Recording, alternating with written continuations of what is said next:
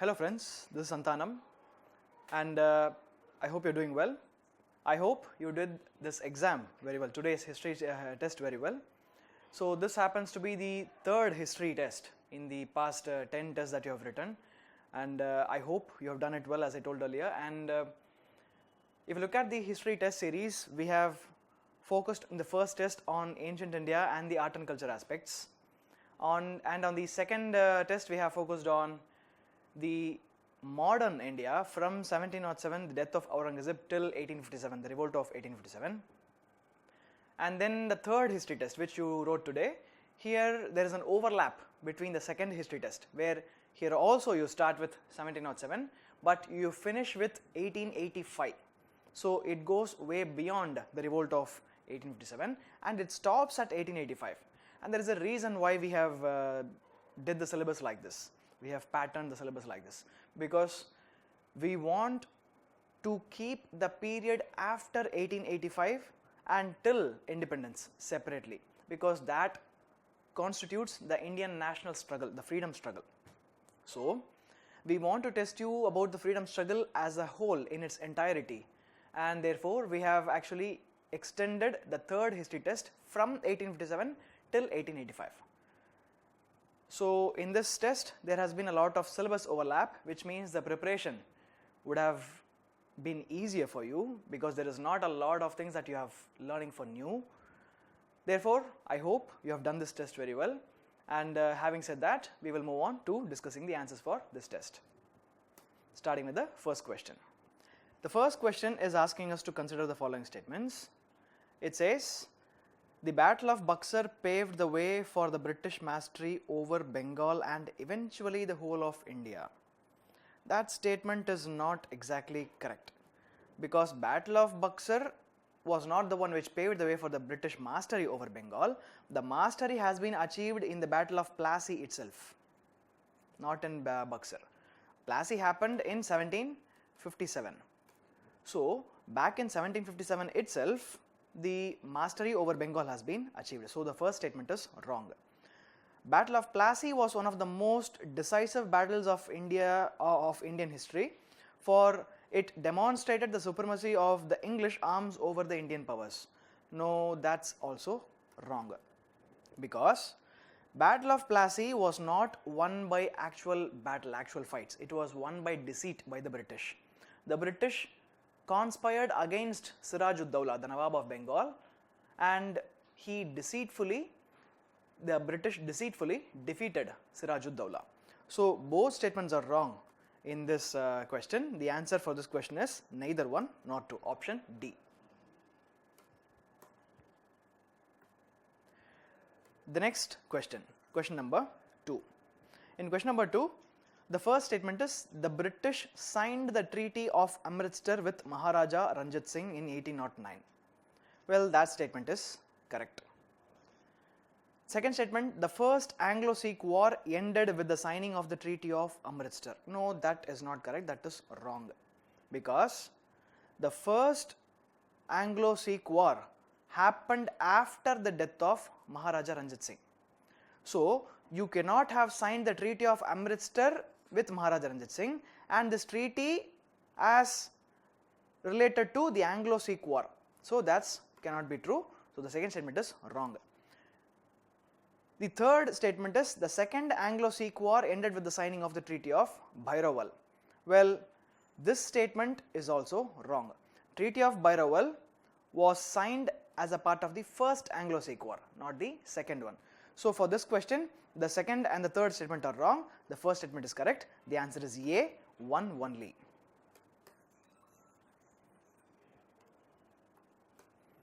Third question. Lord Wellesley followed this policy. So what policy are they talking about? They are talking about ring fence policy. So was it Lord Wellesley who followed this? No, it is not followed by Lord Wellesley. It was introduced by Warren Hastings, and Warren Hastings was the one who followed it. Under this policy, allies were required to maintain subsidiary forces which were to be commanded by the officers of the company who were paid by the rulers of the states. So this sounds like subsidiary alliance treaty, where in subsidiary alliance they are actually asking the rulers of the Indian states to pay, and they have to pay the British to maintain the troops on their sake. But you should see, ring fence policy also had a similar provision. So, ring fence policy also talked about the rulers paying some amount of money to maintain troops on their behalf. Therefore, statement 2 is correct here, but the statement 1 is wrong. So, for the third question, the answer is option B, 2 only.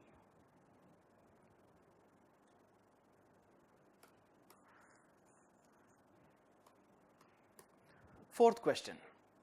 Now, here they are asking us to consider the following statements and assess whether these statements given above are not the reasons for the defeat of Marathas by the English. So, they are asking us to check what were not the reasons for the defeat of Marathas. Inferior military system of Marathas, that was the reason for their defeat. Superior espionage by the English, that is also a reason for their defeat. Loose political setup of Marathas, that is also a reason for the defeat of the Marathas. See, the Marathas practiced a very inferior type of military discipline. They were not as disciplined as the British, so that eventually led to their defeat in the hands of the British. Superior espionage of the English, they say.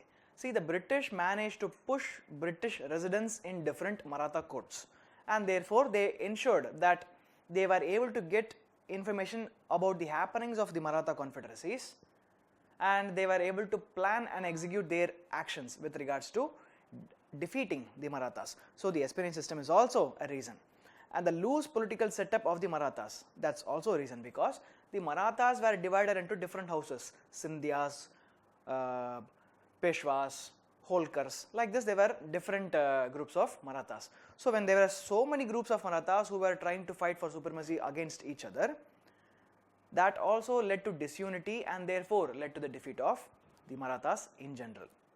Therefore, all three of them were options, all three of them are correct with regards to why the Marathas were defeated, but the question is asking about what is not the reasons. Therefore, the answer is none of the above, because all of them are the reasons. Answer is option D. Question number 5. Consider the following statements with regards to the Anglo-Maratha wars. Once again, we are going to look at Anglo-Maratha wars. The first war ended in 1782, correct, with the signing of the Treaty of Salbai. That's correct. The second war in 1803 resulted in the British gaining Orissa. Well, that is also correct. And the third war crushed Maratha power and resulted in the British gaining Delhi. Well, that is not correct, because Delhi was gained as a part of the second Anglo-Maratha war itself, not the third.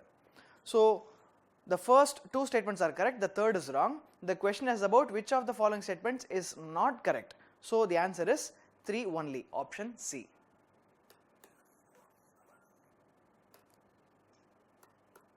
Question number 6. Which of the following statements does not apply to the system of subsidiary alliance introduced by Lord Wellesley? To maintain a large standing army at the expense of the Indian kingdom, that was a part of the subsidiary alliance, so that is not the answer. To keep India safe from Napoleonic danger, that's also correct. Napoleon Bonaparte, he wanted to invade India and he was trying to forge alliances with different Indian kings. And the British, who were antagonists against the Napoleon Bonaparte himself, so they were planning to create alliances in India, thereby ensuring that Napoleon is not able to enter into India. So that is also a part of the subsidiary alliance. In fact, this statement or something similar to this statement was given in the 2018 prelims. That's correct. So the third is to secure a fixed income for the company. No, this is not really a reason. They were not focused on maintaining the army for gaining money, but to ensure the security of British provinces. So money is not an issue in subsidiary alliance. To establish British paramountcy over the Indian states, that is also a reason. Since the question is asking about which does not apply to subsidiary alliance, The answer is option C.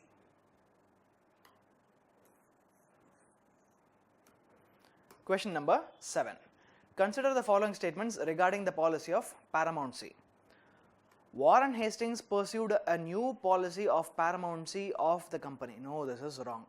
It was followed by another Hastings. This is not Warren Hastings. There are two other Hastings. I think he is around 1813 or something. So please check the year exactly. But this is a different Hastings. It's a different Governor General, not Warren Hastings. Under the policy of paramountcy, the company claimed its authority to be the paramount power over the Indian states. That is correct. So, for the question number 7, option statement 1 is wrong, 2 is correct. The answer is option B, 2 only.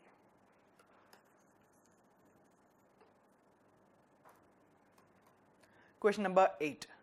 Consider the following kingdoms annexed under doctrine of lapse. So, we have to try to understand how this doctrine of lapse has worked out. So, for that, what we have to do is we have to learn which were the states which were annexed first. Okay, we have to learn what doctrine of lapse first. That's important. So, apart from learning what doctrine of lapse is, we have to try to learn which were the states which were annexed first and what were the chronological order in which annexation happened. So, the first state to be annexed in this list happens to be Satara. Oh, sorry. The first state happens to be Satara, and the second happens to be Sambalpur, the third is Udaipur, and finally Jhansi. Jhansi was also annexed. So, it is 4, 1, 2, 3. The answer is option A.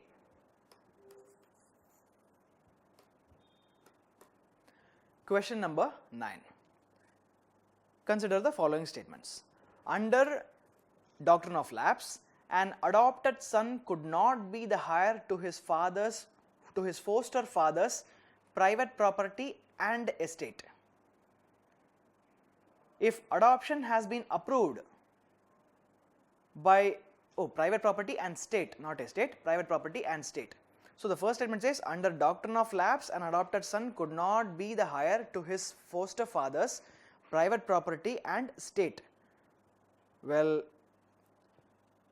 the doctrine of lapse actually talks about the adopted son having the ability to inherit the father's private property, but only the state he cannot inherit. Meaning, a person who is a king who has an adopted son, the son can inherit the king's palace but not the kingdom. So, the first statement is wrong. Second, if adoption had been approved earlier by the British, lapse can be avoided. This is correct. So, if you are going to adopt a son, then they say that the British say that you have to ensure that you take our permission first before adoption, and then that adoption is legitimate and we will let the son inherit the throne, the kingdom as well as the private property. Third, Lord Dalhousie annexed Awadh in 1856 using this doctrine. No, that's wrong. Dalhousie annexed Awadh using something called as doctrine of misgovernance or doctrine of good governance.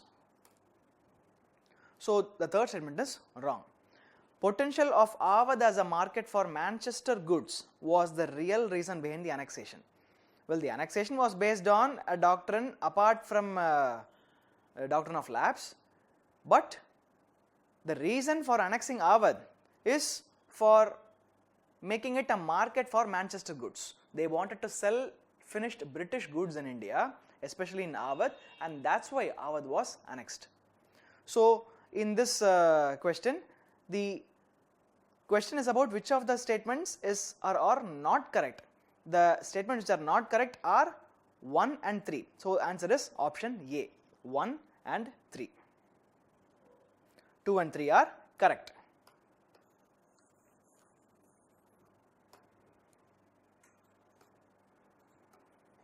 Question number 10.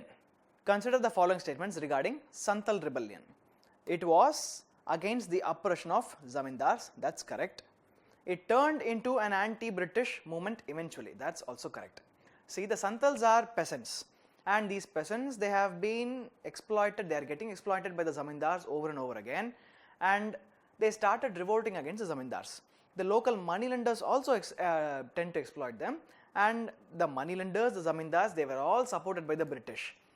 Eventually, by noticing the pattern where they saw that, the peasants saw that the people who are exploiting them, the zamindars and the moneylenders, are being enabled by the British, they were being supported by the British. They realized this fact, and then they moved towards targeting the British officials themselves, the British government themselves. So it started as a movement against the zamindars, but it turned out to be an anti-British movement. So both statements are correct. For question number 10, the answer is C, both 1 and 2. Question number 11. Consider the following statements about Vellore mutiny.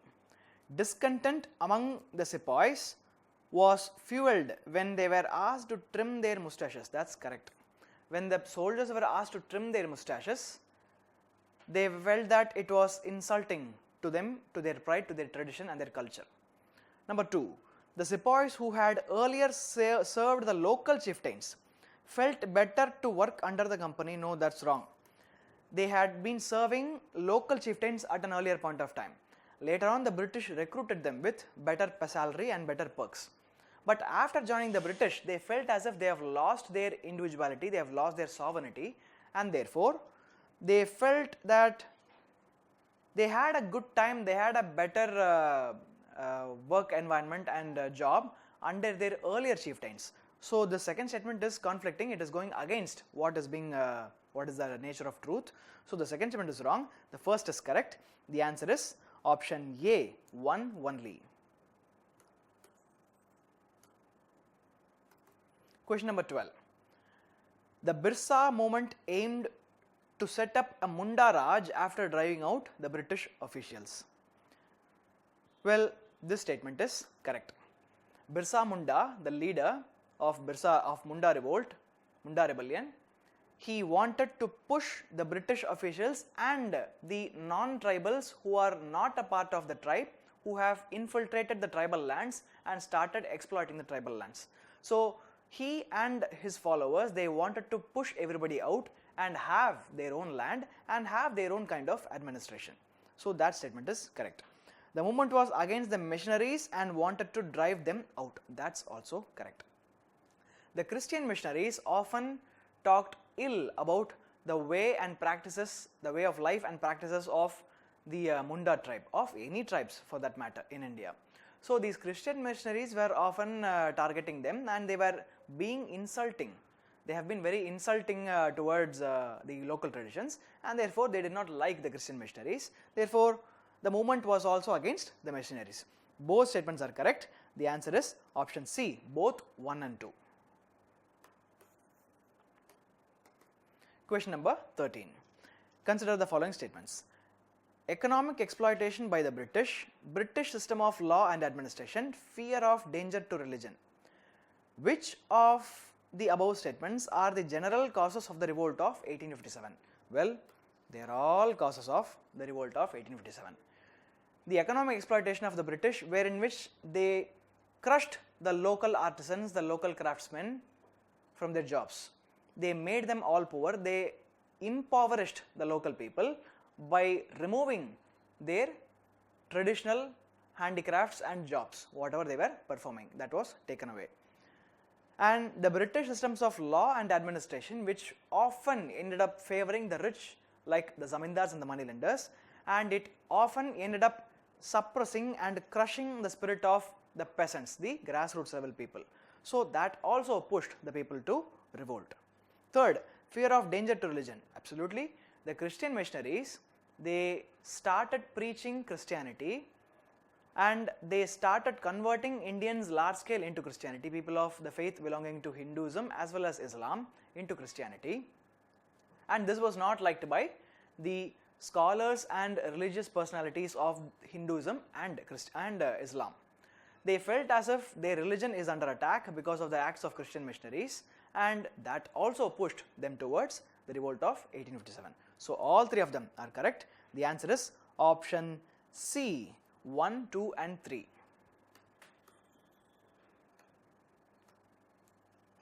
Question number 14. Consider the following pairs. Okay, so this is about the center of the revolt and the leader who led the revolt in that center. 1. Lucknow, Nana Sahib. No, that's not correct. Kanpur, Hazrat Mahal. That's also not correct. Bihar, Kunwar Singh. That's correct. Kunwar Singh headed the revolt in Bihar. That's correct. In fact, Kanpur was headed by Nana Sahib and Lucknow was headed by Begum Hazrat Mahal. So of this, the correctly matched pair is only Kunwar Singh with Bihar. So it is only 3. The answer is option C, 3 only. Question number 15. Crimean War, Punjab Wars, First Afghan War. Which of the events given above influenced the people to revolt against the British in 1857? Well, the answer is all 3, because all 3 wars happened within a period of 20 years before 1857. So, before 1857, around from 1838, these 3 wars happened, and in all these wars, the British faced humiliating defeat, or at the very least, they faced opposition which was as good as themselves in rivalry. So, this emboldened the people and this led the people to think that the British are not invincible, even they will face defeat. So, all 3 of them managed to be a part of the reasons why the people felt that they can go and revolt against the British. So, all 3 are correct. The answer is option D, 1, 2 and 3. Question number 16. Under this system, the basic unit of revenue settlement was the village. So, if it is a village, we know that it is called as Mahal. So, it is Mahalwari system only, option B. So, Mahalwari system where a village was the basic unit.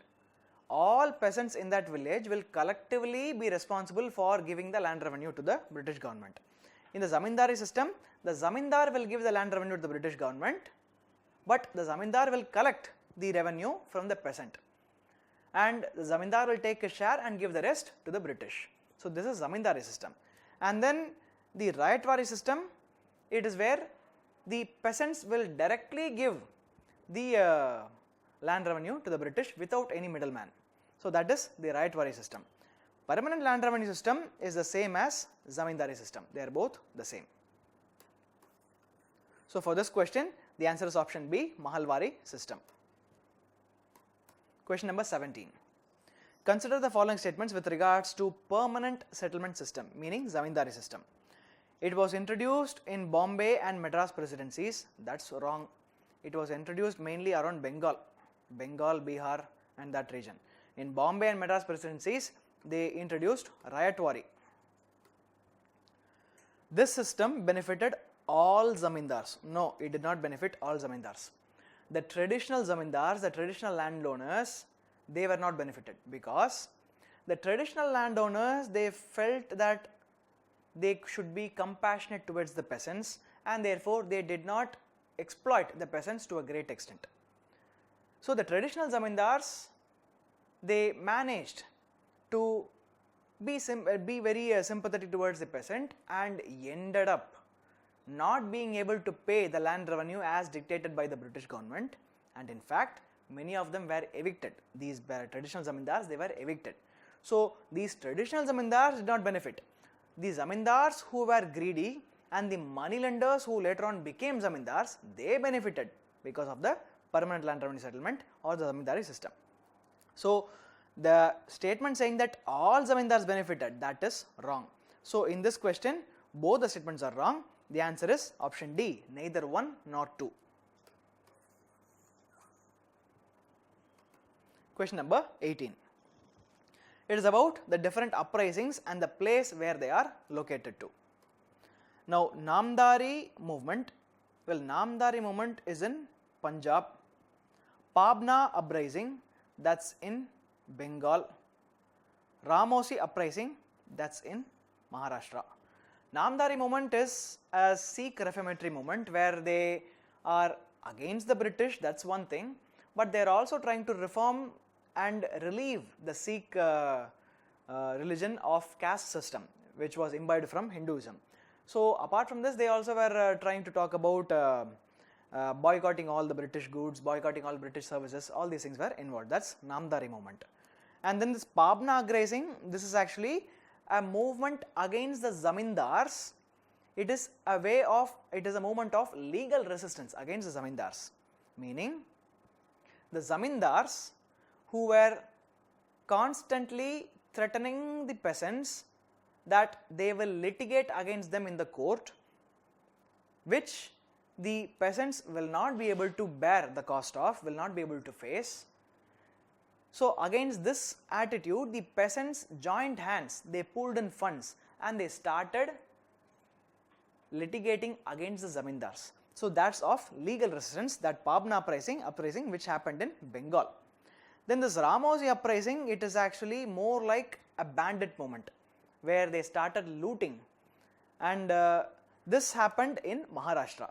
So of these three uprisings, the question is about which of the given pairs are correctly matched. Well, none of them are correctly matched. The answer is option D. None of them are correctly matched. Then 19. Consider the following statements regarding post 1857 reforms in the British Indian Army. Dominance of the army by its European branch. That is correct. There was domination by the Europeans to ensure that there is no more sepoy mutiny. Communal and caste sentiments were fanned among the sepoys. That's correct. The British wanted the Indian soldiers to be divided based on the communal and caste lines. So they encouraged the communalism in the Indian forces, and they also encouraged them to assert their caste pride. Third, some Indians were made officials in the army. No Indians were made officials in the army. All the higher up positions, all the important positions were held exclusively by the Europeans. They took every measure to ensure that no Indian will reach the position of an officer. Newspapers and journals were circulated among soldiers. No, that's also wrong, because newspapers and journals by this time, they were actively criticizing the British. So after the revolt of 1857, when there is also the faint rise of nationalism seen, the British ensured that the soldiers are not getting any nationalistic ideas, and therefore they kept the newspapers away from the soldiers. So statement 3 and 4 are wrong, 1 and 2 are correct. The question is about which of the statements are correct. The answer is option A, 1 and 2 only. Question number 20. Consider the following statements regarding the Kuka movement. Now Kuka movement is the same as the Namdari movement which I discussed in a couple of questions earlier. It was founded in Western Punjab. That's correct. Its tenets were abolition of caste and similar discriminations among the Sikhs. That's also correct. It advocated the boycott of English laws. That's also correct. So the answer for this question is option D, 1, 2 and 3. Question number 21. Okay, here it's one another question where you have to delimit which movement happened in which place. So of this Thana Bhagat movement, well, it was not in Maharashtra. Rampa movement was in fact in Andhra Pradesh. Singpo's rebellion was in Assam. The Thana Bhagat movement, it was in Chota Nagpur plateau, Chota Nagpur region. So it is not in Maharashtra. So of them, 2 and 3 are correctly matched. So the answer is option C, 2 and 3 only. Question number 22. The changes in the administrative policies to govern India after 1857 was for the security of the British control over India. That's correct. That's correct. After the revolt of 1857, the British were rattled. They realized that their position in India is not guaranteed and they would probably have been thrown out of India had the revolt been successful. So after the revolt, after they have suppressed the revolt, they took every measure to ensure that their position in India is not being questioned, it is not in any way put under peril in any case. So that's why these changes were motivated. That's how the changes were motivated. These new policies were reactionary in nature. That's also correct. When I say reactionary in nature, it means that it is knee-jerk reaction where they are trying to overdo, they are trying to take an extreme way in which they want to respond to certain stimulus. So both the statements are correct in this question and the answer is both 1 and 2, option C.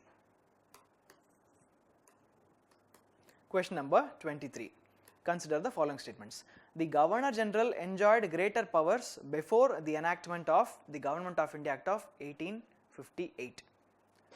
Well, this statement is correct. See, the Governor General earlier was actually controlling the affairs of the East India Company. It was not taken over completely and formally by the British Parliament.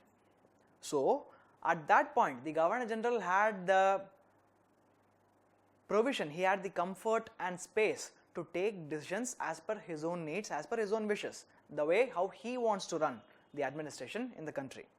But after the revolt, when the British Parliament took over the control, when the British government took over the control of British India, the Governor General made the Viceroy merely become an agent of the British government and he was supposed to execute the orders as dictated by the British government. So the powers enjoyed by the Governor General was more prior to the revolt.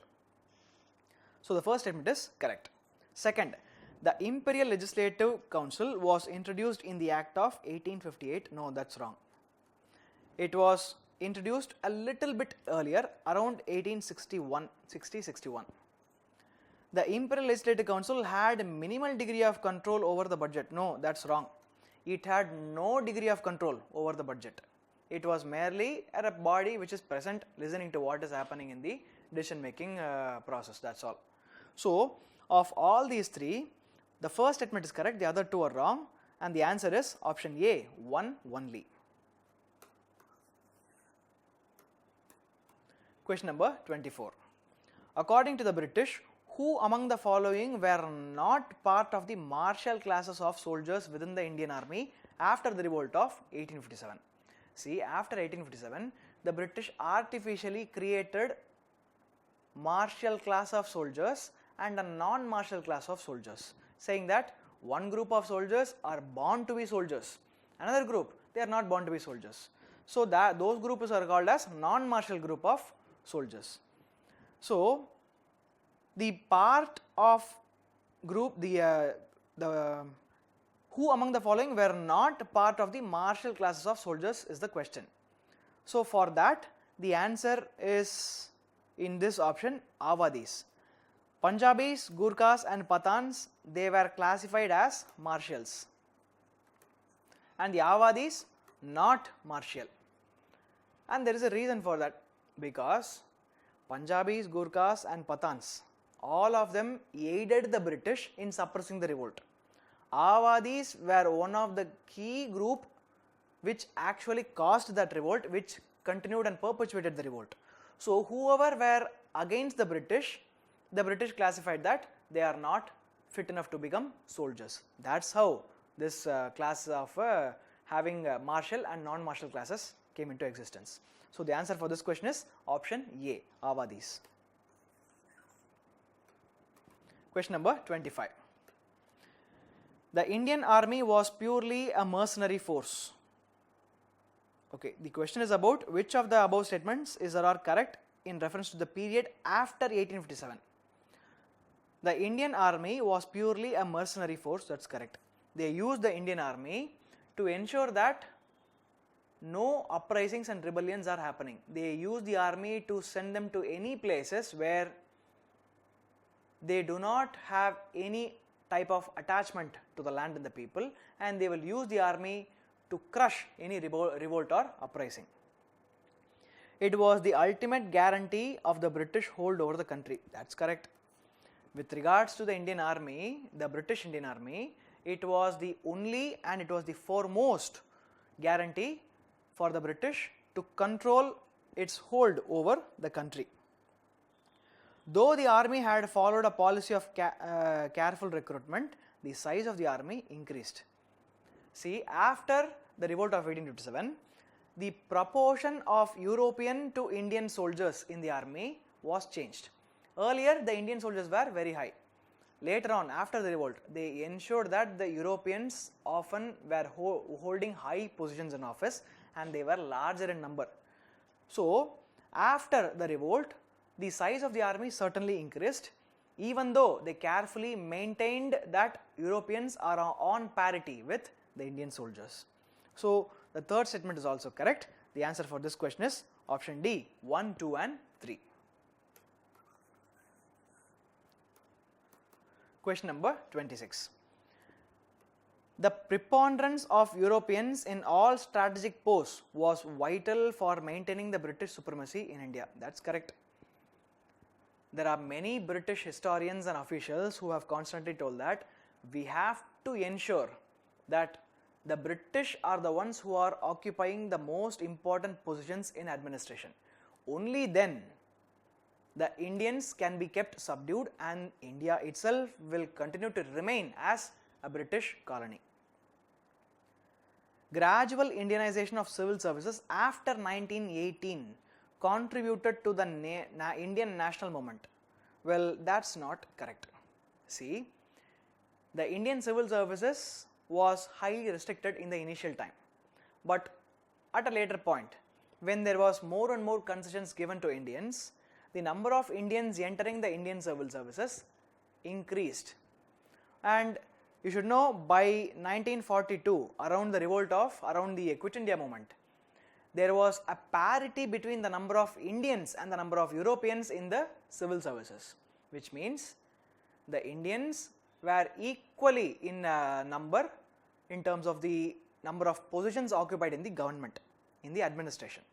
So, the number of civil services increased and the freedom movement also took steam after 1918, after the arrival of Gandhi. But you should know, the number of civil servants increasing, the increase in the number of civil servants did not mean that the number of people, civil servants who participated in the national movement also increased. That's not correct. Increased number of people in civil services does not lead to increased amount of participation in the Indian national movement. So, the second statement is wrong, the first statement is correct. The answer is option A, 1 only. Question number 27. Consider the following statements. The British policy towards the princely states was reversed after the Great Revolt of 1857. That's correct. After the revolt of 1857, they announced that they will no longer annex any territory belonging to any of the princely states. And number 2, princely states perpetuated after the revolt yet completely subordinated. They were perpetuated after the revolt and yet completely subordinated. That's correct. They ensured the position, the autonomy and the integrity of the princely states, thereby perpetuating it. But they told the princely states that there is British suzerainty over their affairs. So, they are all nothing but agents of the British. That's all. This was delivered, this was conveyed to the Indian princely states, which they abided by. So, both the statements are correct. The answer for this question is option C, both 1 and 2. Question number 28. With regard to the divide and rule policy, the British always supported the educated Hindus in matters of education and employment. No, not always. Not always.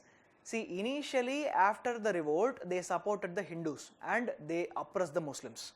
Why? Because the revolt supposedly happened with having Bahadur Shah Zafar as the head, and Bahadur Shah Zafar happens to be an Islamic leader. So, they put the blame on the Muslims and they encouraged the Hindus.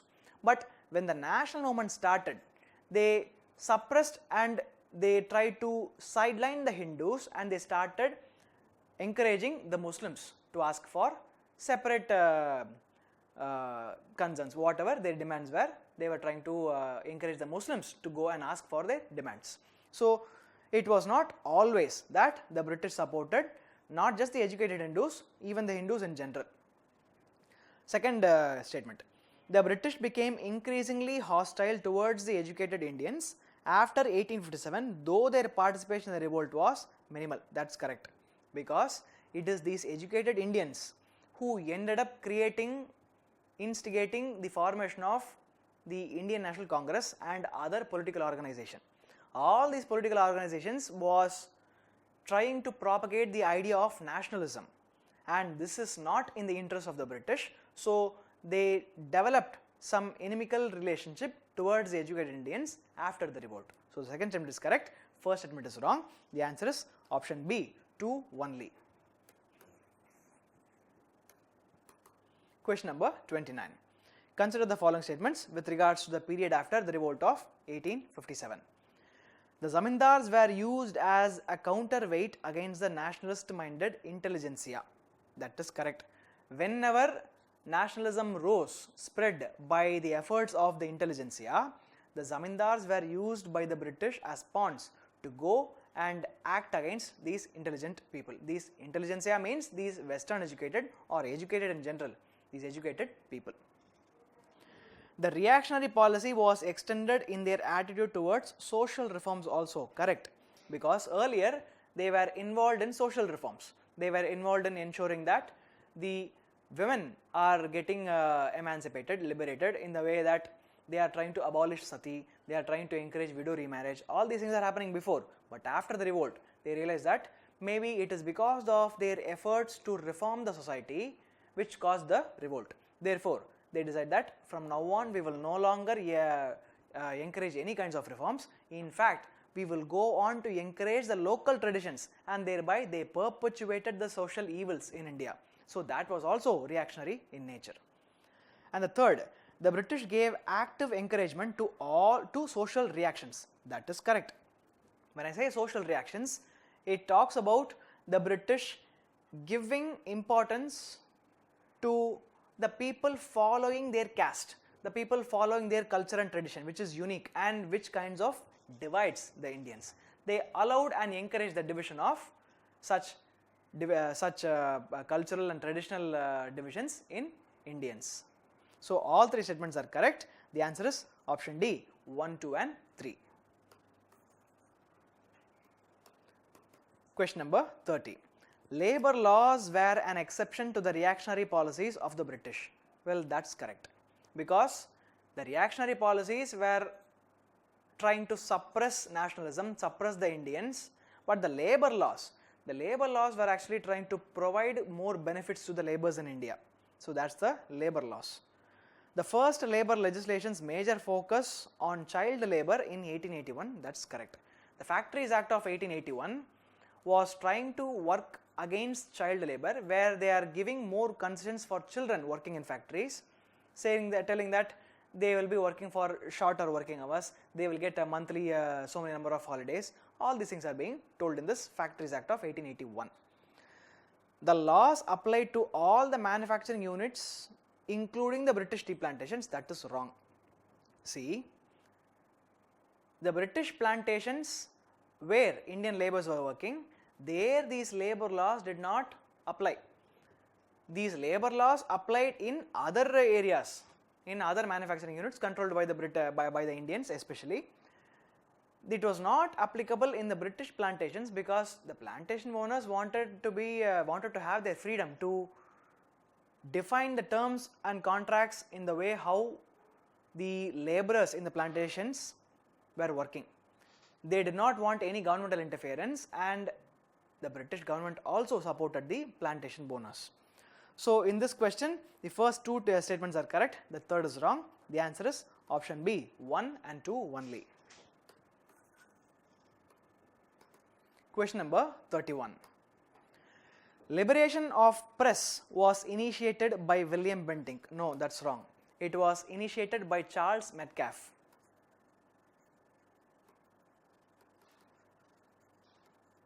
Charles Metcalfe is regarded as the person who liberated the Indian press, meaning he was the one who allowed the Indian press to function without restrictions. There were lots of restrictions. These restrictions were lifted by Charles Metcalfe.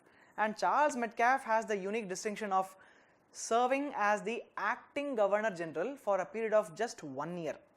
And after Charles Metcalfe came Lord Auckland. And it is under Lord Auckland that the Anglo-Afghan War, the annexation of Sindh, all these things happened. The press played a very vital role in arousal of nationalist sentiments. That statement is correct. The press certainly played a role. The Vernacular Press Act was passed in 1878 by Lord Lytton. That is also correct.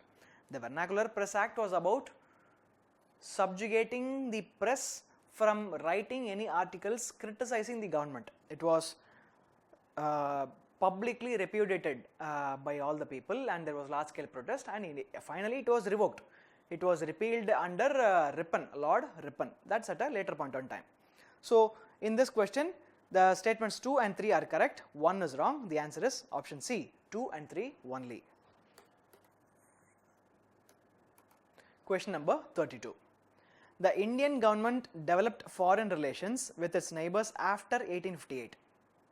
Which of the following is not a reason for its expansionary foreign policy? See, after the revolt also, it continued to have foreign relations with others, and it also went to war with some countries, including Afghanistan. So, what is not the reason for this expansionary foreign policy is the question. We will see the options, we will see the statements. To have friendly relations with its neighbor for overall development? Absolutely not. They did not care about development. They did not want to have friendly relations simply for the sake of development. 2. Development of communication lines. Yes, that's important. They wanted to develop communication lines in the neighboring areas also in order to reach Britain and to reach any strategic positions. 3. The political administrative consolidation of the country. That's also correct.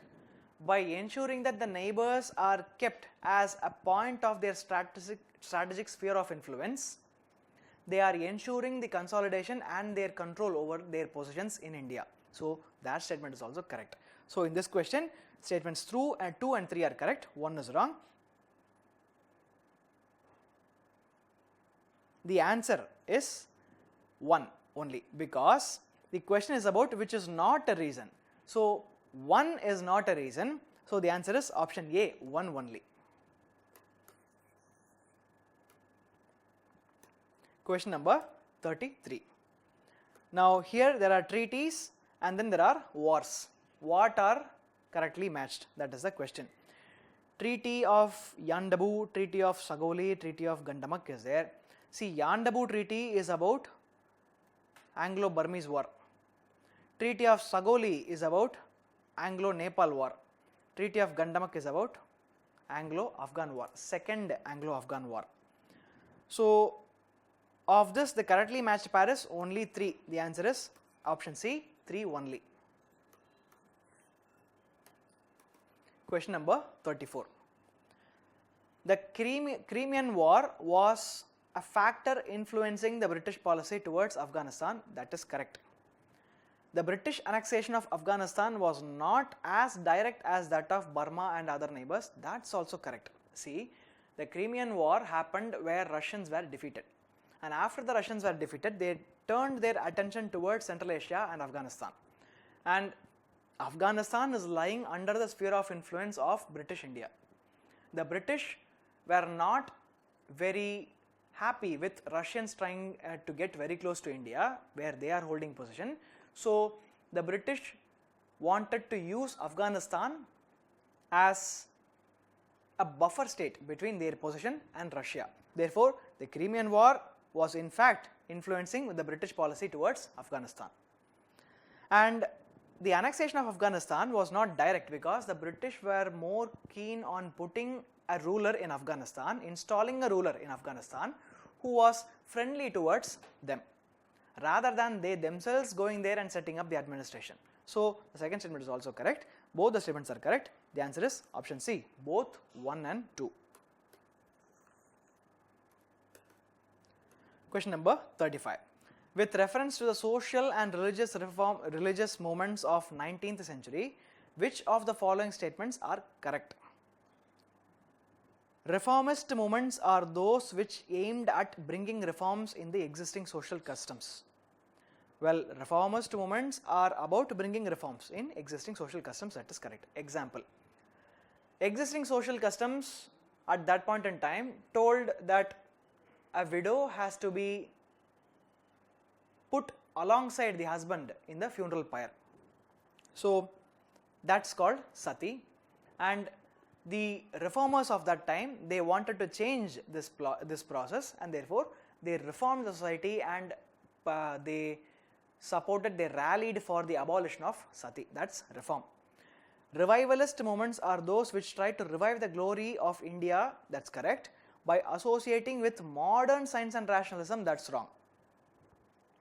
By trying to go back to the scriptures and trying to interpret the scriptures in a different way so that the customs are repealed. See, the difference between reform and revival is that reformers are trying to reform the society based on some idea which they have derived from somewhere else.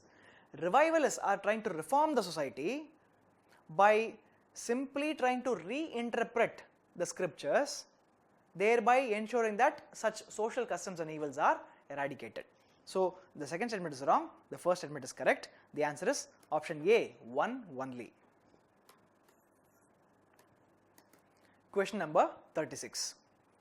With reference to Brahmo Samaj, which of the following statements are correct?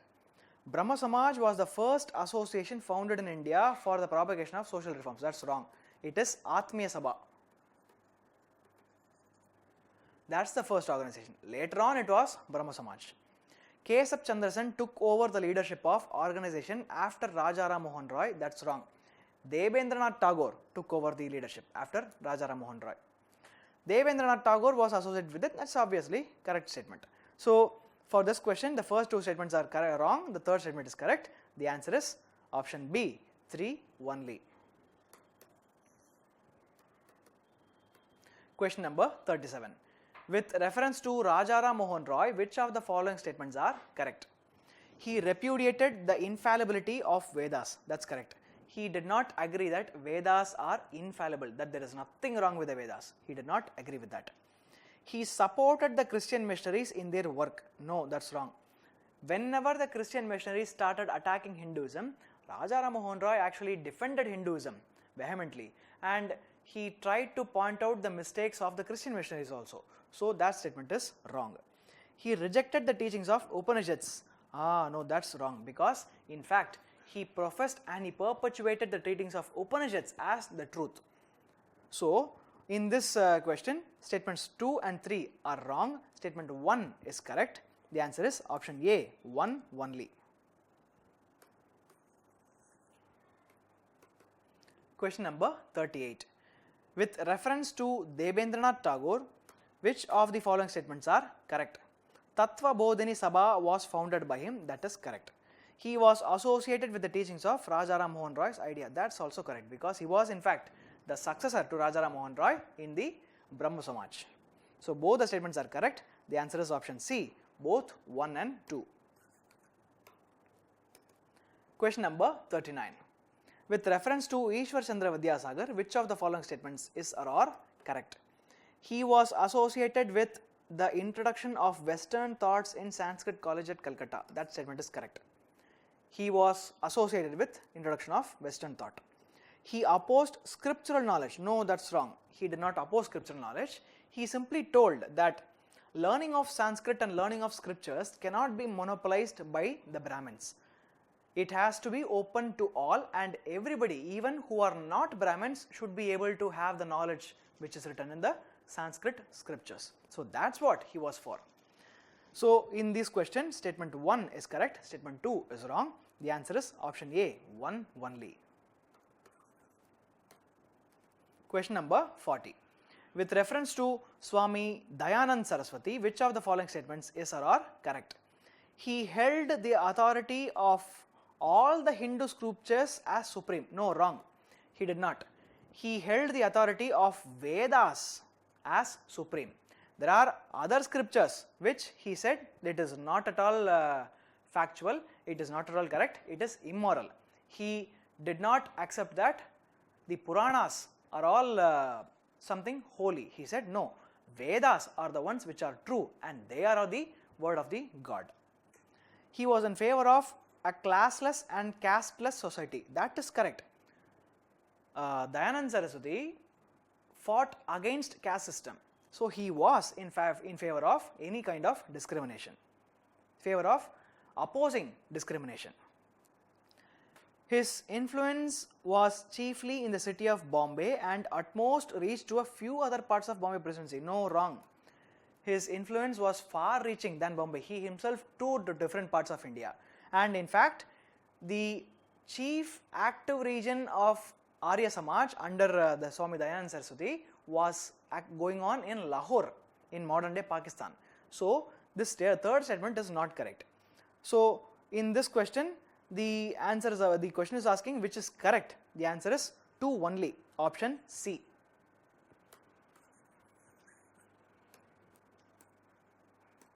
Question number 41. With reference to the Aligarh movement, which of the following statements are correct? It was a revivalist movement. No, wrong. It is a reform movement. Aligarh movement was not trying to go back to Quran and go back to other Islamic scriptures to reinterpret the Quran in such a way that the social customs prevailing in the Muslim community is being reformed. No, it was not a revivalist movement. That's what a revivalist movement would have done. It was a reform movement. It opposed the British rule and supported the national cause. No, wrong once again, because the Aligarh movement, especially headed under Sir Syed Ahmad Khan, it was actually supportive of the British government because the government openly patronized the Aligarh movement. When Sir Syed Ahmad Khan felt that the people belonging to the Muslim community are deprived of basic amenities and they are deprived of education and health, he asked for the patronization of the British government, which the British openly gave. So he supported the British government and he in fact openly told that nobody belonging to the Aligarh movement should take part in any political discussions. So it does not support the national cause. The third statement is Chirag Ali and Altaf Hussain Ali were associated with it. That statement is correct. So in this question, the answer is option C, 3 only. Question number 42. Match the following educational institutions with the people associated with them. Vedanta College. Now Vedanta College, Vedanta is about Upanishads. Now Upanishads, as I mentioned earlier, was favored by Raja Ram Mohan Roy. So Vedanta College will obviously be for Raja Ram Mohan Roy. Sanskrit College. Sanskrit College is with regards to Ishwar Chandra Vidyasagar. Ishwar Chandra Vidyasagar wanted to open Sanskrit College to even non-Brahmins. And then there is Central Hindu College, and this is associated with Annie Besant, who was belonging to the Theosophical Society, which is a revivalist movement. So in this question, we are going to match. So 1 should have B, 2 should have C, and 3 should have A. So the answer will be option C. That is the answer. 43. With reference to the Rahnumai Mazdian Sabha, which of the following statements is or are correct? It is a Parsi reform movement. It was a reformist movement aimed at modernization of customs. That's correct. Removal of Parda system was one of the reforms brought by it. That's also correct. The newspaper Rast Guftar was associated with it. That's also correct. So all 3 are correct. The answer is option D, 1, 2 and 3.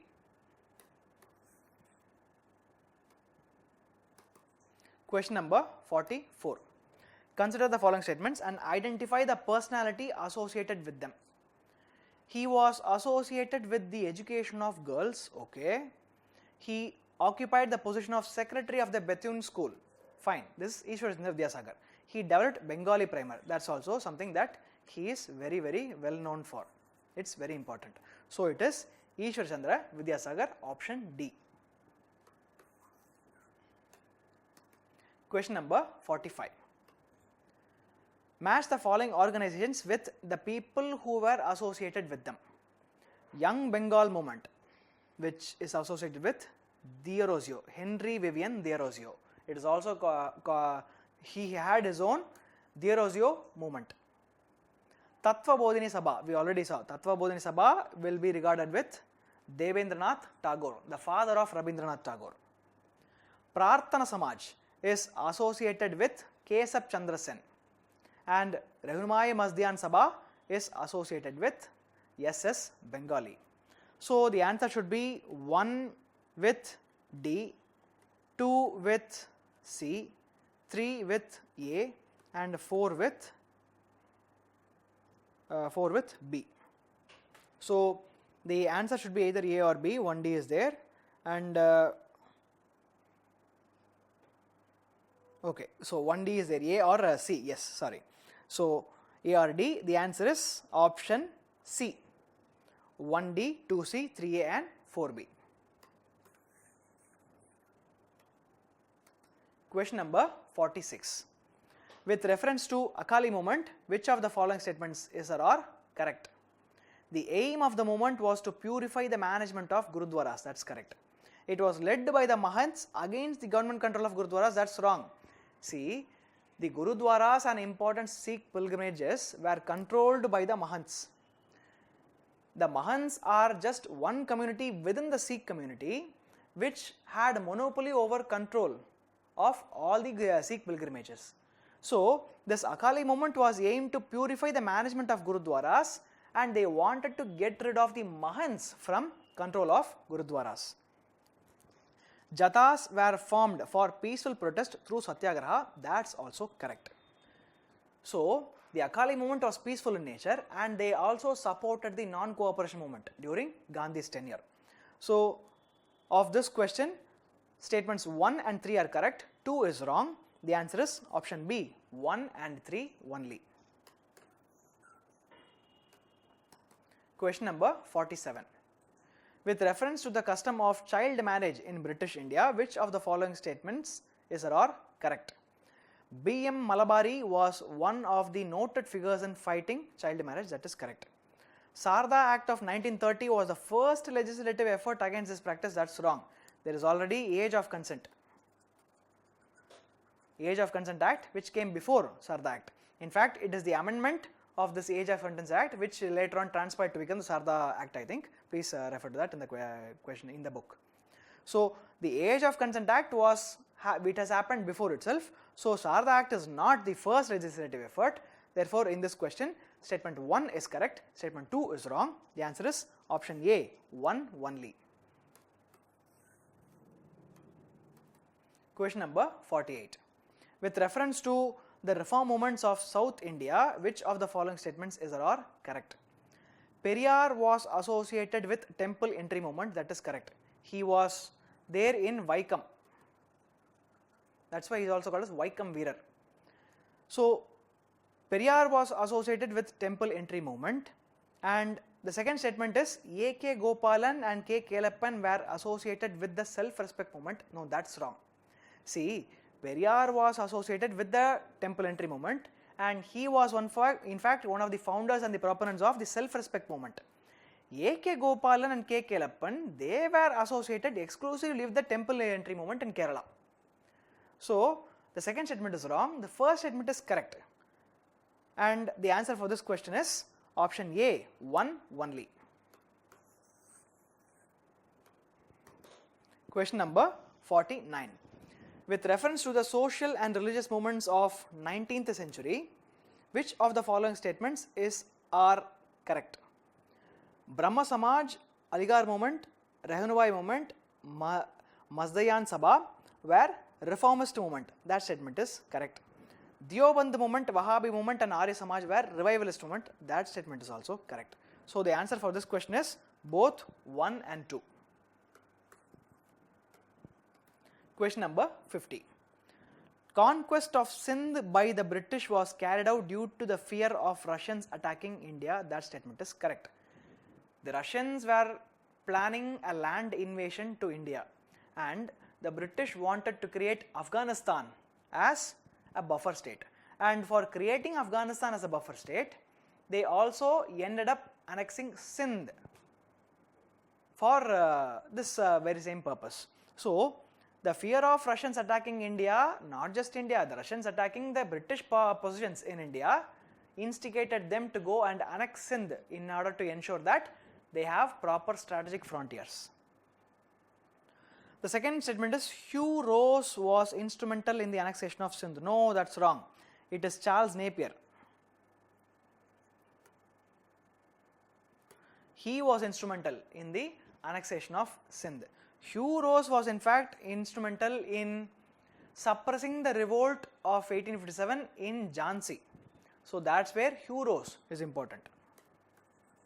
So in this question, the first statement is correct, the second is wrong. The answer is option A, one only. 51. The non-official members of the first imperial legislative councils were representatives of the Indian population. Well, that's wrong. See, non-official members did not have much of any power for that matter. And these non-official members, they were nominated by the British.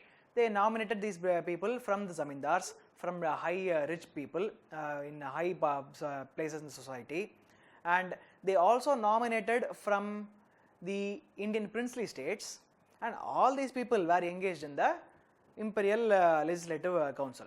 These people are nominated by the British even though they are supposed to be representatives of the Indian population, but you cannot really call it as a representation of Indian people because they were not elected by the people, they were not chosen by the people. So they are not representatives of the Indian population. 2. The provincial governments enjoyed greater autonomy after 1858. No, that statement is wrong. After the revolt of 1857, the British were so scared of facing yet another revolt that they centralized as much as possible. All the powers were centralized and the provinces, they were begging for power from the center. So, the provincial legislations did not have a lot of autonomy after the revolt of 1857, but this autonomy will be gradually given down the lane after the local provincial governors protesting with the Governor General, the Viceroy, saying that they do not have enough powers. All decisions are being taken in the central government only. So, the second statement is wrong. Lord Mayo passed a resolution on financial decentralization in 1870. That's correct. Mayo was the one who starts the decentralization process, which happened after the revolt of 1857. Centralization happened because of their insecurity, but that insecurity led to poor administrative practices in the provinces, and therefore in 1870 Lord Mayo announces that there will be decentralizations of finances. Small amount of decentralization happened, and this decentralization was carried on by Lord Ripon later on. So in this question, statements 1 and 2 are wrong, statement 3 is correct. The answer is option B, 3 only.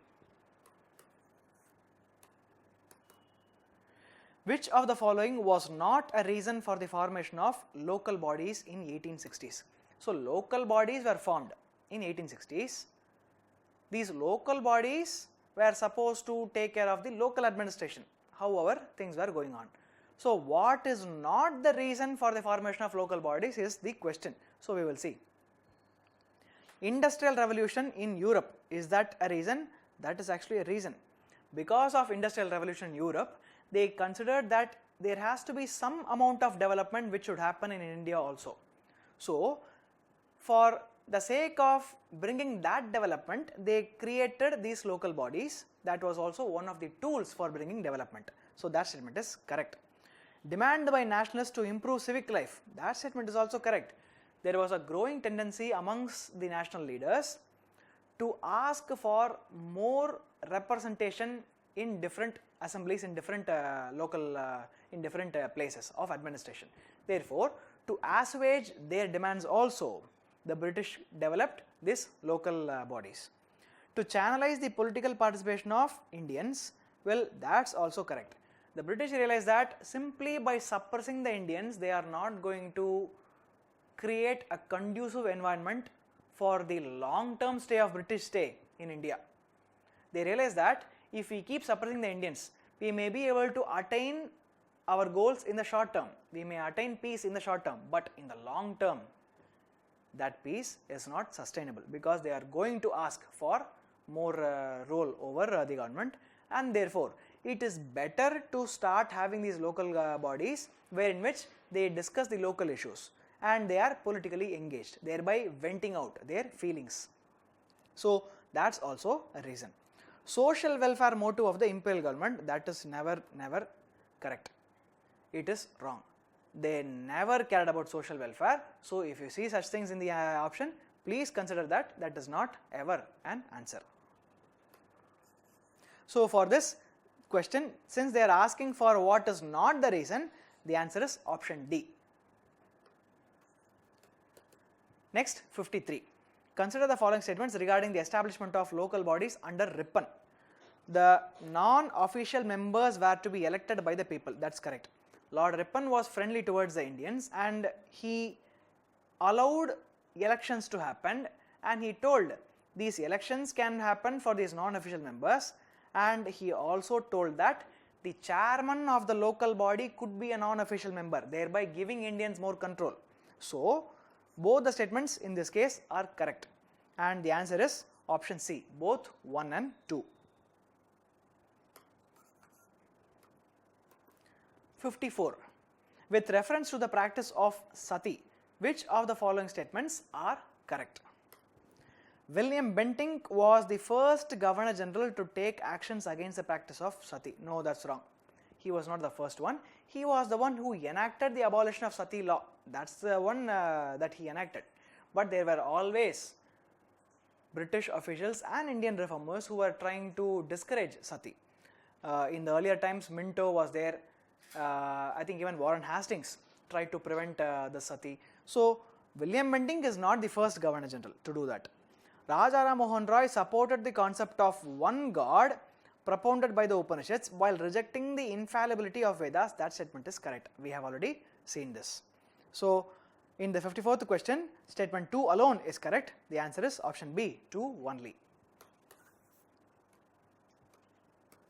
Question number 55. With reference to the personalities associated with social and religious reform movements, which of the following statements are correct? Mahadev Govind Ranade and R.G. Bandarkar were associated with Prarthana Samaj. That statement is correct. It's a factual statement. Dwaraknath Tagore and Chandrasekhar Deb were associated with Raja Ram Mohan Roy. That's also correct. Both the statements are correct. It is a factual based question. The answer for this question is option C, both 1 and 2. Question number 56. With reference to the Theosophical Society, which of the following statements are correct? It was a reformist movement which opposed the superstitious customs of Hinduism. No, wrong. It was first of all not a reformist, it was a revivalist movement. And they were focusing on reviving the Hinduism. They did not explicitly condemn or condone the superstition. It had immense following in the Bengal region. No, wrong. It is in the Madras region. Their headquarters was in the Madras Presidency in Adayar, modern day Adayar. So in this question, both the statements are wrong. So the answer is option D, neither 1 nor 2. Question number 57. With reference to Syed Ahmad Khan of Aligarh movement, which of the following statements are correct? He encouraged modern scientific thought. That is correct. He supported Western education as opposed to traditional education. That's also correct. He supported Western education because he thought that the Muslim community should not focus only on the traditional education. We have to move forward and we have to learn to reinterpret our traditional education with Western thought. The third, throughout his life, he opposed communal thoughts and advocated harmony. Now, in this statement, he certainly opposed communal thoughts and advocated harmony, but not throughout his life. No. In the earlier times, he used to support Hindu-Muslim unity, but later on, he became a pawn for the British and he started supporting the Muslim causes, and he started criticizing the Hindus for not providing enough opportunities in the education or employment sector for Muslims. So the third statement is wrong. The first two statements are correct. The answer is option B, 1 and 2 only. Question number 58. With reference to the socio-religious reform movements, which of the following statements are correct? Muhammad Qasim Banotawi was associated with the Wahhabi movement. No, that's wrong. Shah Wahilullah was associated with Deoband school. No, wrong. In fact, Muhammad Qasim Banotawi was associated with the Deoband school. Shah Waliullah was associated with Wahhabi movement. Altaf Hussain Ali was associated with Aligarh movement. That statement is correct. It's again a factual question. The answer is option A, 3 only. Question number 59. With reference to the Deoband school, which of the following statements are correct? It consisted of reformers who wanted to organize the Muslim community on modern lines. No, wrong. Deoband school is a revivalist school. So they were not looking for modern, improving the society through modern lines. They wanted to revive the teachings of Islam. They wanted the Muslim society to become pure once again, which was getting more and more westernized in their opinion. It was associated with the preaching of Islamic faith. That is correct. They professed and they perpetuated the preaching of Islamic faith. So in this question, 2 only is the answer. So the answer is option B. Question number 60. With reference to Wahhabi movement, which of the following statements are correct? The movement wanted to restore the purity of Islam. That's correct. Wahhabi movement started in the Middle East. It started in the Gulf region in Arabia. And later on it spread towards different region, and in India also it was impacting. So this Wahhabi movement wanted to restore the purity of Islam as per the times of Prophet Muhammad himself. How the society was during the Prophet Muhammad, that's what the Wahhabi movement is trying to replicate. It wanted to create a homeland for Muslims. That's also correct.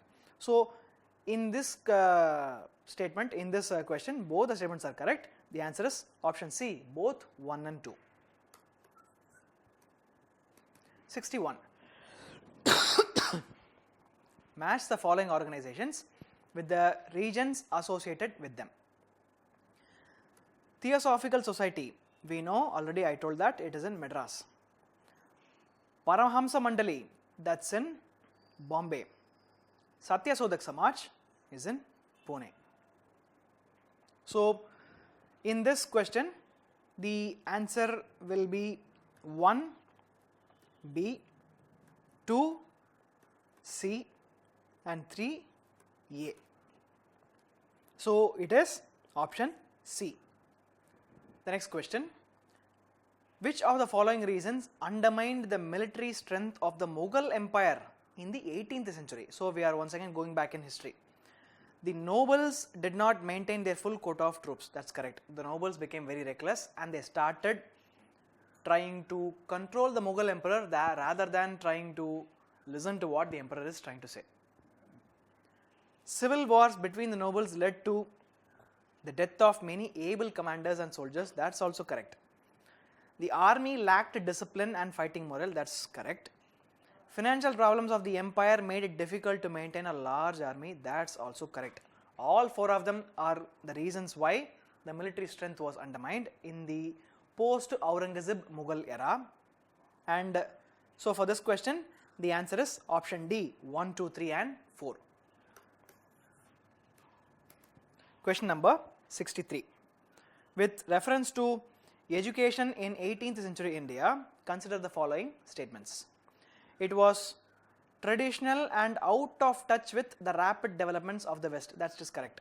It was traditional and it was not synced with the developments in the West. It was concerned with the factual and rational study of society. No, that's wrong.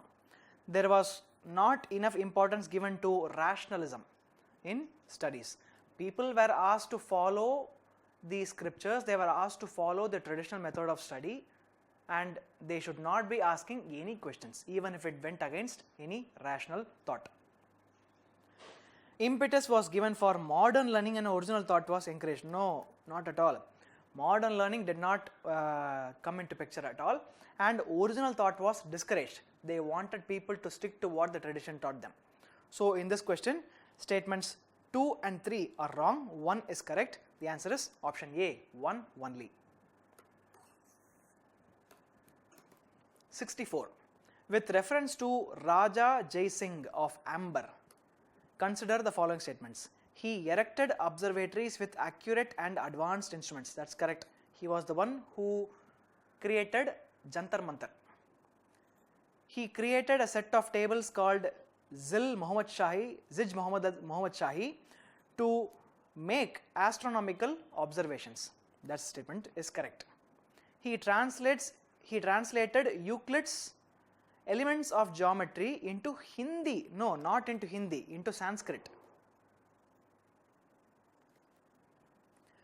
Fourth, he took steps to reduce female infanticide. That's also correct. He was one of the leaders who he was way out of his time in saying that you should not kill female children when they are born. The cruel practice of female infanticide was highly endemic in the Rajputana region, and therefore Raja Jai Singh tried to prevent female infanticide under his rule, but he was marginally successful. Even he was not fully successful. So for this question, the answer is options statements 1, 2 and 4, which is option D, 1, 2 and 4 only. Question number 65. With reference to the arrival of the English in South India, consider the following statements. The English opened their first factory in the south at Madras. First factory in the south, not at Madras but at Masulipatnam. So the first statement is wrong. The Raja of Madras authorized the English to fortify and administer their factory and allowed them to mint coins on their own. That's correct. In fact, after getting this concession only, they moved from Masulipatnam to Madras. So the second statement is correct, the first statement is wrong. The answer is option B, 2 only.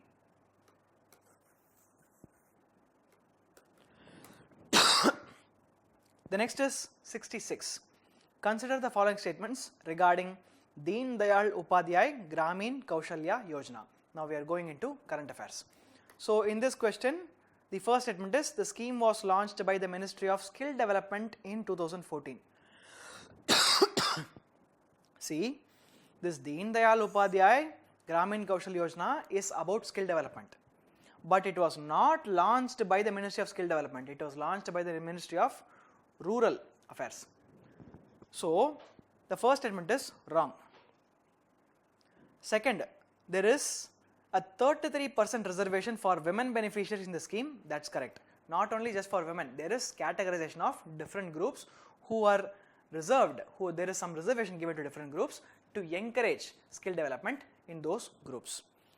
Then the scheme follows a 3-tier implementation architecture in PPP mode. That statement is correct. So in this question, statement 1 is wrong, 2 and 3 are correct. The answer is option B, 2 and 3 only.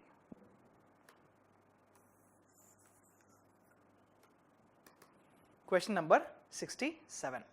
Consider the following statements regarding Sansad Adarsh Gram Yojana. This scheme adopts Gram Panchayat as the basic unit of implementation. That is correct. And it encourages Member of Parliament to develop 3 villages by 2019. That's also correct. See, the MPs are asked to develop 3 villages present in their constituencies. One, I think, in 2016, and by 2019 they are supposed to develop 2 more as model villages. So these 3 villages will have development and it will set as a model for other villages also to develop in the region. So both the statements in this question are correct, and therefore the answer is option B, both 1 and 2. Question number 68. Consider the following statements regarding Amrut scheme.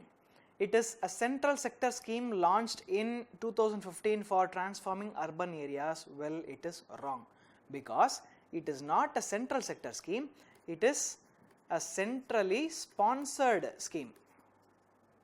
See, the difference between central sector scheme and centrally sponsored scheme, you have to understand. Central sector scheme are 100% funded by the government, by the central government. Centrally sponsored scheme is where the government will partner with the states and provide certain proportion, certain ratio of funding to a particular scheme. The central sector schemes are usually focused on the central list, the union list, whatever the union list powers have, the central government powers have. In those areas, the central sector schemes will be used. In schemes where there is more involvement of the states in the state list or sometimes in the concurrent list, centrally sponsored schemes are given. Centrally sponsored schemes are mainly for those in state list, not even in concurrent list. That's a fuzzy area. We can check on that later on. So the first statement is wrong. The second statement, it aims to cover 500 cities, towns to be known as mission cities and towns. That is correct. Amrut majorly focuses on the provision of basic amenities and infrastructure development. That statement is correct. See, the Amrut scheme as well as the smart cities mission, they are both about development of urban areas, and you should see this Amrut scheme is focusing on development of the basic amenities, whereas smart cities is working on the development of the advanced amenities. That's the difference between the two schemes. It is complementing each other. So in this question, the statements 2 and 3 are correct. The answer is option B, 2 and 3 only. Question number 69. Consider the following statements regarding Gaganyaan mission. Gaganyaan mission is, it will be India's first manned mission to space. The Gaganyaan spacecraft will be in the higher Earth orbit. No, wrong. It will be in the low Earth orbit, LEO. So the first statement is wrong. It will be a 5-member crew. Wrong. It is a 3-member crew and carried by the PSLV C-44. Wrong. It will be by GSLV Mark 3. So both the statements are wrong. The answer is option D, neither 1 nor 2. Question number 70. Van Vihar National Park, Netravalli Wildlife Sanctuary, Kuno National Park and Gumti Wildlife Sanctuary. Now it is asking us to match it to the correct place. For that, let's see, this Van Vihar National Park is in Madhya Pradesh only. That's correct. Netravalli Wildlife Sanctuary is not in Karnataka. It is in Goa. Kuno National Park is in Madhya Pradesh. That's correct. Gumti Wildlife Sanctuary, that's not in Gujarat. It's in Tripura. So only 1 and 3 are correct. The answer is option A.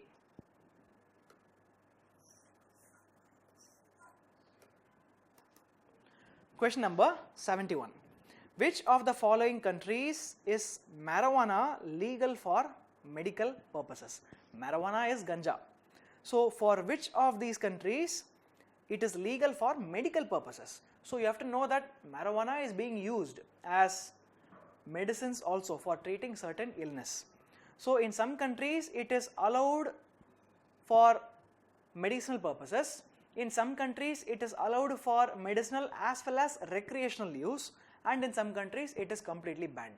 Now here they are asking in which countries of the following list it is legal for using marijuana for medical purposes. Colombia, it is correct.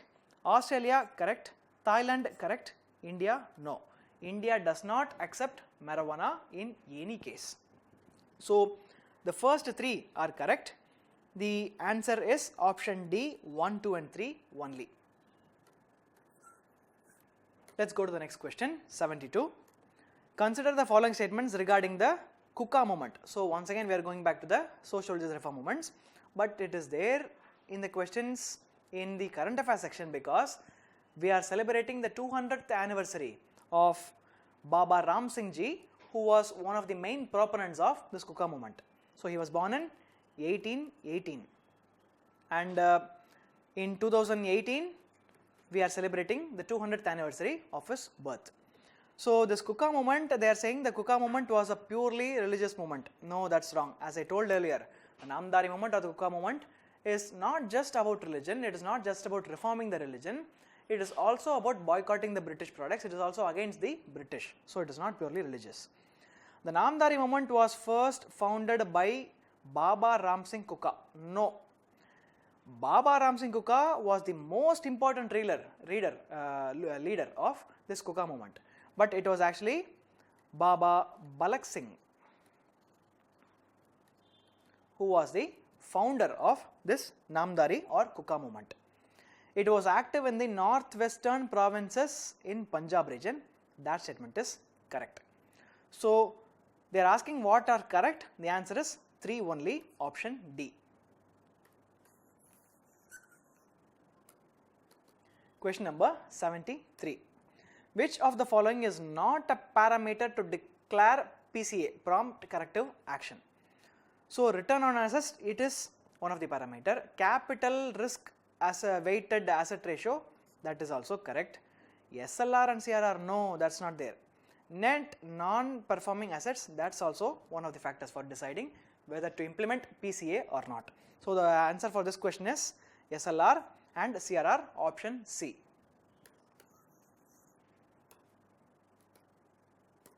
Question number 74. The POSCO Act has been amended to make the punishment for the rape of a child below the age of 12 as death penalty. That's correct. A child, not just a girl child as well as a boy child below the age of 12, if they undergo rape, then the person, the culprit who is committing the crime can be awarded a death penalty as per the recent amendment. Aggravated sexual offence means the act of rape committed by a person in position of trust, like a parent, a relative, a friend, a family member, like that. So the second statement is also correct. So both statements are correct. The answer is option C, both 1 and 2. Question number 75. Consider the following statements regarding Pradhan Mantri Jan Arogya Yojana. The PMAY is a centrally sponsored scheme providing health insurance coverage to the relevant people as classified by the socio-economic caste census only. No, wrong, not only. It is also based on Rashtriya Swasthya Bima Yojana. That census also, that data is also used to provide the health insurance to people. It covers all districts in the first phase. No, wrong. See, if there are different phases, then why would they cover all the districts in the first phase itself? So obviously that statement is self-conflicting. It is self-contradicting. Third, the main advantage of the scheme is the portability across states. That is correct. So in this question, the first two statements are wrong. The third is correct. The answer is option D, 3 only. Question number 76. The term delta ranking recently seen in news is related to which of the following? The latest edition of poverty indicator, no, it is actually regarding, I can go directly to the answer, it is aspirational district program. So it is a factual question, so there is no need to think about it. So when you read the word delta ranking, it is regarded with this aspirational district program. The answer is option C. Question number 77. Consider the following statements regarding aspirational district program. So that's what is repeating here. The special feature of the program is the exhibition of technological prowess using real-time monitoring system. Okay, that's there. It is a centrally sponsored scheme. Well, that's not correct. The 5 parameters are education, health and nutrition, agriculture, water resources and skill development only. No, that's wrong. See, the 5 parameters are education and nutrition, agriculture, water resource and skill development, they are saying. That's not the only thing. See, this aspirational district program is about encompassing many different initiatives and schemes together. So first of all, it is not just a scheme, it is a program where different schemes are brought together. And then it is not restricted to only these sectors. There are also other aspects such as financial inclusion, basic infrastructure, that is also a part. So the statements 2 and 3 are wrong. Statement 1 is correct. The answer is option D, 1 only.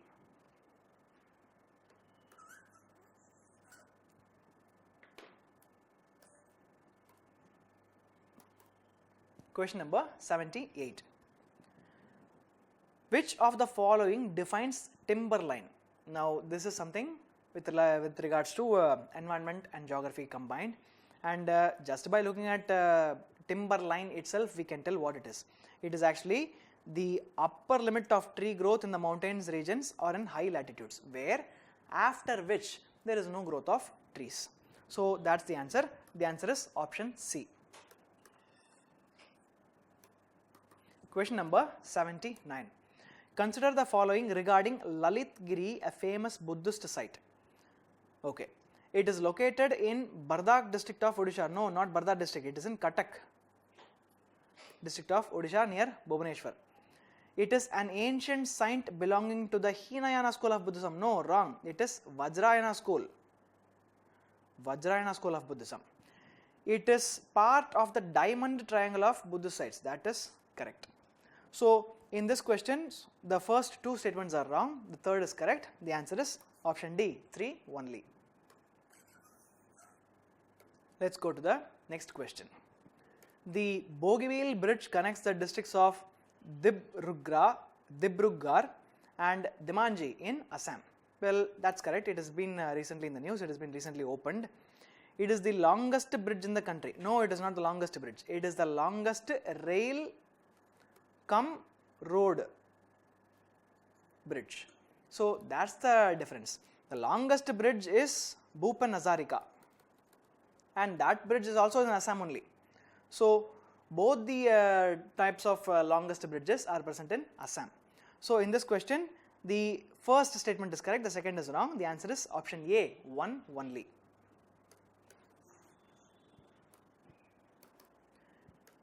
Question number 81. The introduction of Nakshe portal, it is there in the news, is concerned with which of the following? It is actually concerned with map access. See, Nakshe portal is where you enter your Aadhaar ID and you can get access to maps as designated by the government itself. So these maps you can use it for different purposes, for education, research, for any expedition, whatever it is you can use it. So it is a direct question, it is a fact-based question. The answer is option C. Question number 82. Which of the following countries in the Indian Ocean whale sanctuary is located? Well, of these nations it is in Seychelles. Once again, a factual question. Question number 83. Pokali, recently seen in the news, is what? It is a salt water resistant, or should I say tolerant, rice variety, and this rice variety is belonging to Kerala. So this Pokali rice variety is being encouraged to be produced, to be used, because given the impact of climate change, it is better to have such salt water tolerant rice varieties. So the answer for the 83rd question is option B. 84. Which among the following are components of the Sagarmala program? Port modernization and new port development, that's a part. Port-led industrialization and port-led development, that's yes, correct. Port-led connectivity enhancement, that's correct. Coastal community development, that's also correct. So all four of them are correct. The answer is option D, 1, 2, 3 and 4. Question number 85. Consider the following statements. Accelerated irrigation benefit program. Har Khet Ko Pani, including command area development. More crop per drop. Watershed development. Which of the above are part of the Pradhan Mantri Krishi Sinchai Yojana? See, this PMKSY has many components and they have listed certain components here and asking whether these components are related to this particular scheme. The answer is all of them are related to PMKSY. So the answer for this question is also option D, 1, 2, 3 and 4.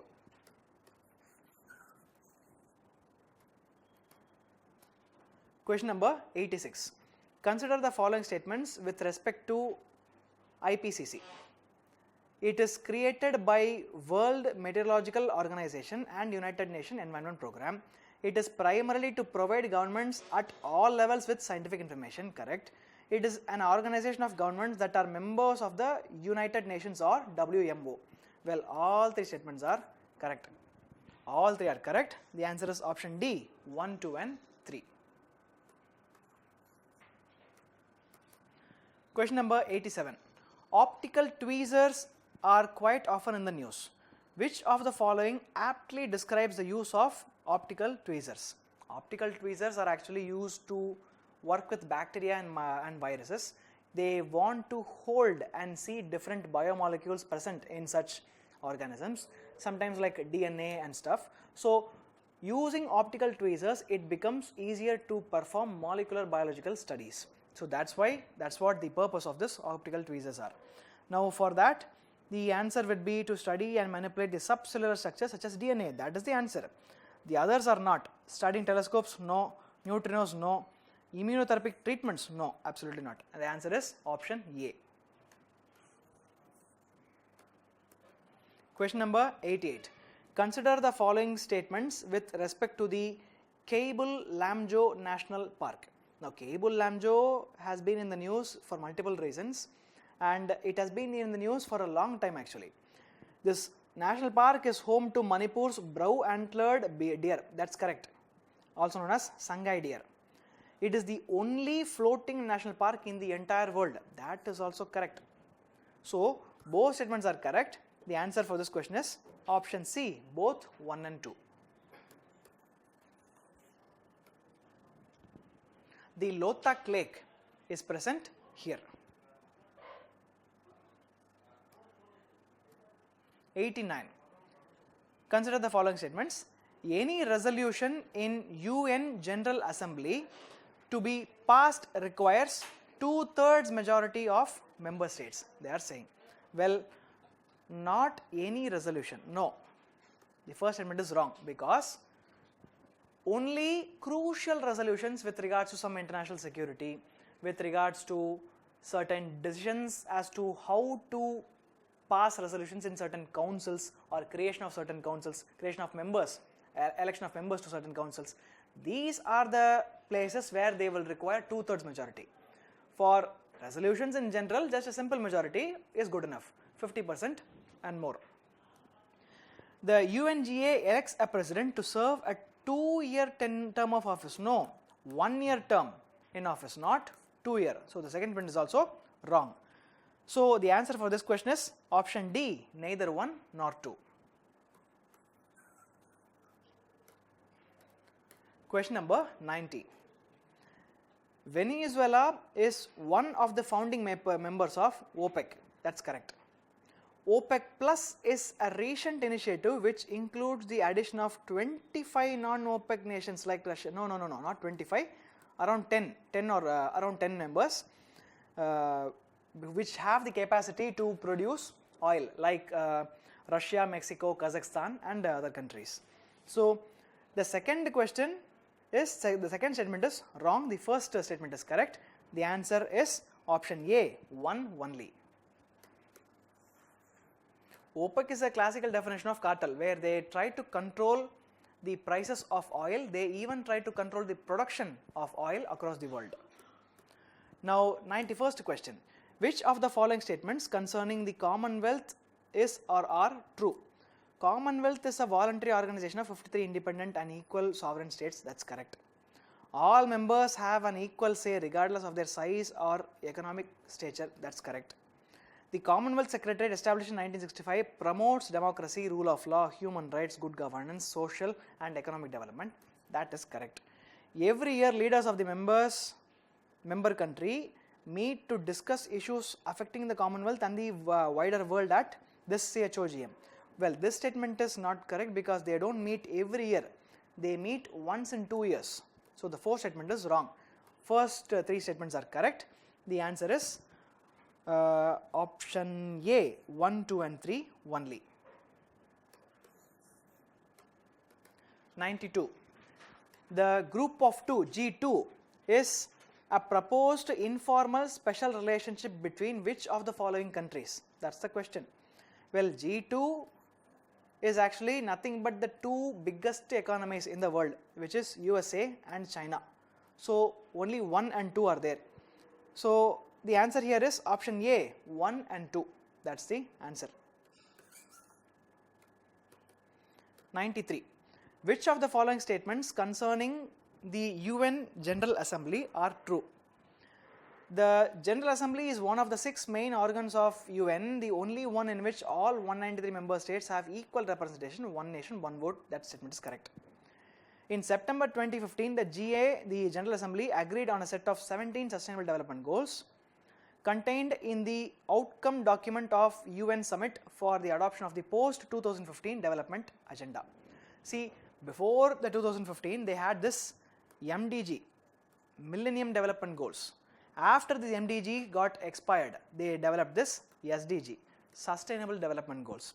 The Sustainable Development Goals has the deadline of 2030 and it was enacted, it was promulgated formally in September of 2015 only. So the second statement is also correct. Both the statements are correct in this question. The answer will be option C, both 1 and 2. 94. Consider the following pairs: Orang National Park, Nameri National Park, Nahargarh National Park, Tadoba National Park. So we have to match these national park with the appropriate position. Now Orang National Park, it is present in Assam. So it is not in Arunachal Pradesh. The first is not correctly matched. Nameri National Park, well, that's also in Assam. So it is not Uttar Pradesh. The second is also wrong. Nahargarh National Park, that's in Rajasthan. That's correct. Tadoba National Park, that's in Maharashtra. That's also correct. So of them, the correctly matched pair here are 3 and 4 only. Option D.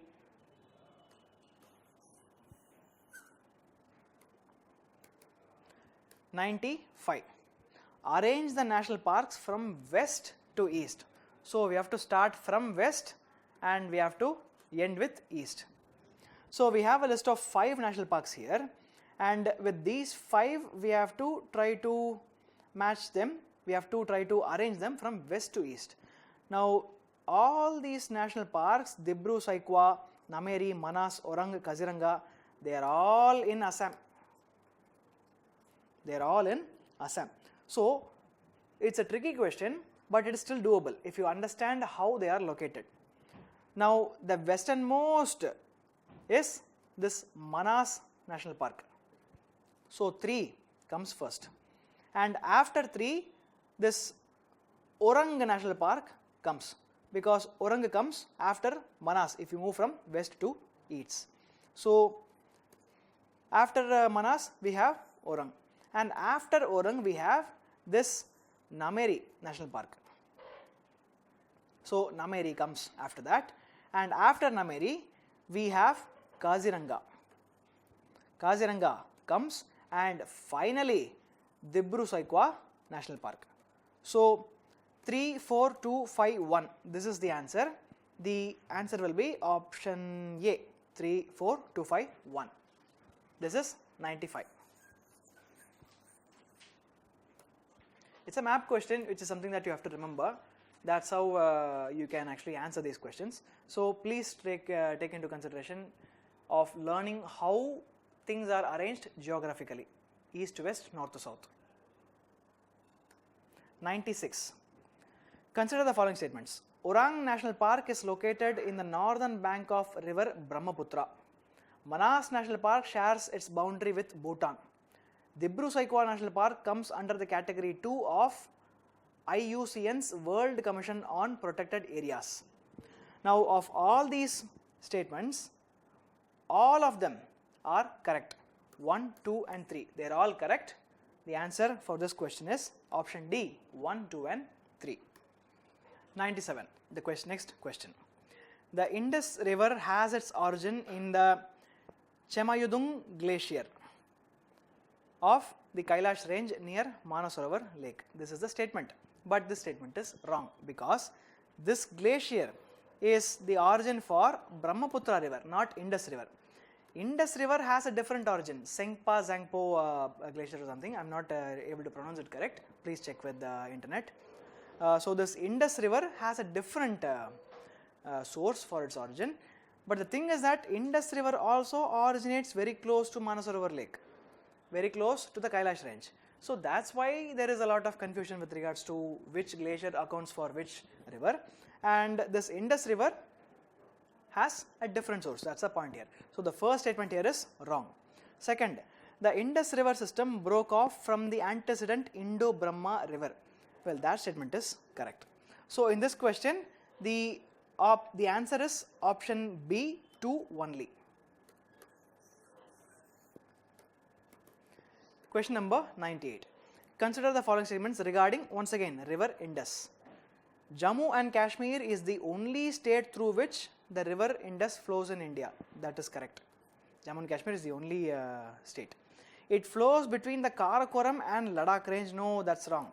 It flows between the Ladakh range and Zanskar range. So that statement is wrong. The answer for this question will be obviously option A, 1 only. Question number 99. Consider the following statements regarding Caribbean islands. It consists of more than 700 islands. That statement is correct. It is a part of Latin America. That's also correct. See, it has more than 700 islands. It is one of the largest archipelagos. It is not a single country, it is multiple countries. And the largest archipelago will be Indonesia. That's the largest archipelago. Archipelago is nothing but a country comprising of different groups of islands. So in this question, both the statements are correct, and the answer will be option C, both 1 and 2. Question number 100, the last question. Which of the following tectonic plates adjoins the Caribbean plate? Okay. North American plate, yes, that's there. South American plate is there. Cocos plate is there. Nazca plate is there. So they are all adjoining Caribbean plate. So the answer should be all of them, 1, 2, 3 and 4. It will be option D. So with this we complete the analysis and the discussion for this question paper. I hope you have done well, and whatever that you learn through taking these tests, please try to imbibe that in your preparation, and please try to ensure that you don't make such mistakes in the next test. That's how we improve. That's how we move forward. So having said that, I hope you have scored well, and good luck for your next exam. Thank you.